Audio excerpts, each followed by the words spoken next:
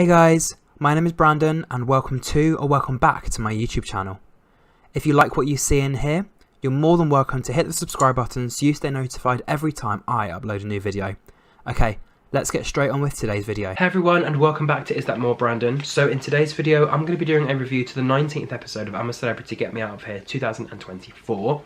So we found out that at the beginning of this episode we were going to be losing 2 people by the end of the episode, and we were also going to find out who was getting the golden ticket for Cyclone and being not able to be voted for the next 2 eliminations.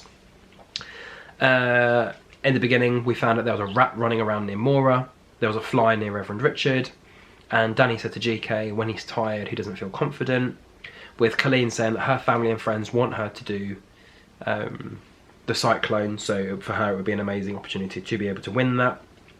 Maura said there's a small chance that she could get to the final, and GK said that she'd be secretly fuming if she doesn't get it, and that in terms of her past, she used to wear hair extensions, used to have a blue clip on her hair, and Oti said that her fave band is Green Day. We found out that the top 4 were Colleen, Danny, Maura and Oti, with obviously Colleen saying that it was female heavy, Maura saying she was convinced it was Alan, and Oti saying that she wanted to get the golden ticket. Maura said that they're all competitive and she's still going to try her best, and the 4 of them had to take part in a game called Battle Blocks. All they had to do in their different 4 gameplay areas was just remove the blocks and put them in a grid, make the grid, run out, press the golden buzzer, and then they won. So they all had different ways of doing it. You had Colleen and Danny who were kind of, as the piece was coming down, placing it in, and then just as it was in, moving it around. You had Oti who was creating the puzzle on the floor, and once it was on the floor then she was just copying and pasting it in. And then you had Maura who was just kind of screaming and just, you know, not really making much progress. So there was mealworms in their handheld holes, there was fish guts, you had rotten fruit and vegetables falling over all of them. But in the end it was Oti who managed to win that golden ticket, and she was the first person off to the Cyclone. She said that she was pleased, she was dizzy, and she absolutely stinks. With Danny saying that Oti had a game plan.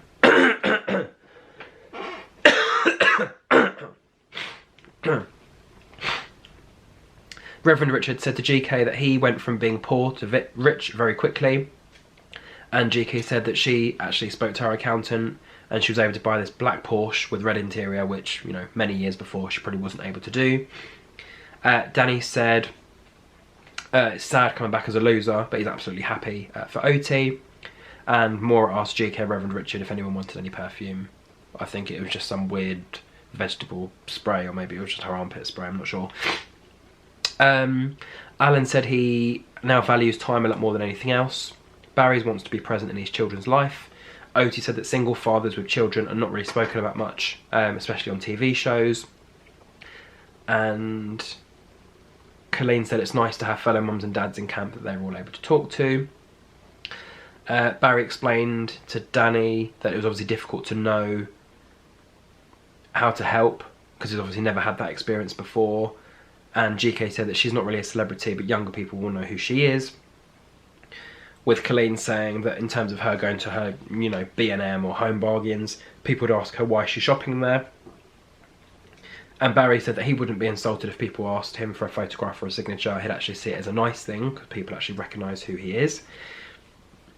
Maura explained to Oti that people in the media would put her with men that she's not even connected with in the press.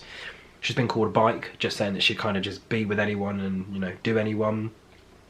And she also said that a lot of people in the media also just talk about women, about how they look, as opposed to, you know, what they bring to the world, and it shouldn't just be about what people look like.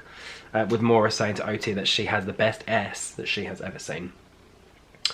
Barry, Alan, GK and Richard as the 4 losers of this potential Cyclone game. They had to then face a trial as a 4 in order to win stars for camp. Danny said, make your way to the arcade. GK had just finished fizzling mealworms out of her bum, and then she said that, you know, want us to do it all over again. And they had to just do a simple game of Face Invaders. So all of them were in their little Space Invaders box, and they had to just hit the button on their machines as quickly as possible, again with things crawling on their heads, worms, spiders, the rest of it. And the quicker they click, the quicker they win stars, and the quicker they win their 2 stars, they then have to just endure the rest of the trial. They managed to get 7 out of 8 stars, with Grace actually finishing first, which meant she had to sit there and endure it the longest. Reverend Richard only managed to get 1 of his 2 stars, and he actually added that he underperformed. Oti said that when she gets out of the jungle, she's going to have a massive glass of wine. Oti said to Danny his middle name is Alan, and he doesn't really speak to his dad anymore. He's had therapy, and he's now close to his father-in-law, and for dinner they were having eel.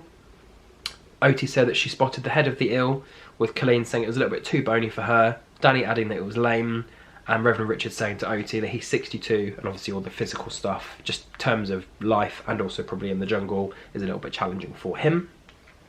We found out that either Barry or Maura were going to be evicted from the jungle, and actually Anton Deck said it was both Barry and Maura who were eliminated from the jungle. I think at this point Maura looked over at Barry and whispered both, because I think she just had a feeling that, you know, they're getting close to the end, they need to get people out quickly, so there's a few double eliminations on the way, and this was one of the first ones. So we found out that the top 6 were GK Barry, Oti, Colleen, Alan, Danny and Reverend Richard. So a decent group. I think they've all done very, very well. Obviously Reverend Richard was a late joiner to camp, but he just got involved and did a lot of the eating trials and just got on with it. Danny, obviously very brave, you know, very just, yeah, I'll do it, I'll help, I'll whatever. Alan, pretty much the same. A little bit quieter, but he still gets on. Colleen, yeah, again, similar to Alan, she's very just quiet, but she'll go, yeah, actually, I'll get involved in that. Or actually, yeah, I'll do a trial today. Oti, again, full of laughter, full of light, full of energy. I think people like her because of that. And then GK Barry, again, a bit of a shock that she's actually done as much as she has done. But yeah, again, very positive character, very popular character as well, which is why she's obviously made it at least halfway. So yeah, it was good to see her, again, opening up her shell, being funny, being confident, actually hanging around people who potentially could help her with her own career when she comes outside of the jungle as well. So yeah, they were your top 6. So firstly, Barry has survived 20 days. He had snakes crawling around, critters, and he sang his heart out in the jungle arms. He said it was interesting watching back those clips, and it was a great bunch of people. He said it was sad to have missed out on the cyclone, not having food and condiments, and it was nice that Danny had said that he felt like Barry was a father figure for him, with Barry saying that Danny was going to be the king of the jungle. He also said that his dad used to be a singer, used to perform on stage with his dad, which is why he's got such an amazing voice. And Anton Deck also said to Barry that obviously from his first task when he couldn't see, they were making jokes about him the whole time, saying, can he see? He hasn't got his glasses. With Barry saying that he's got blended vision. He has had it fixed, or he has had it checked out, but he has had it checked, has had it fixed, checked out. He has had it fixed, he has had it checked out, but yeah, he's probably going to have to get that done again. And he said that obviously he likes food more than he thought he would.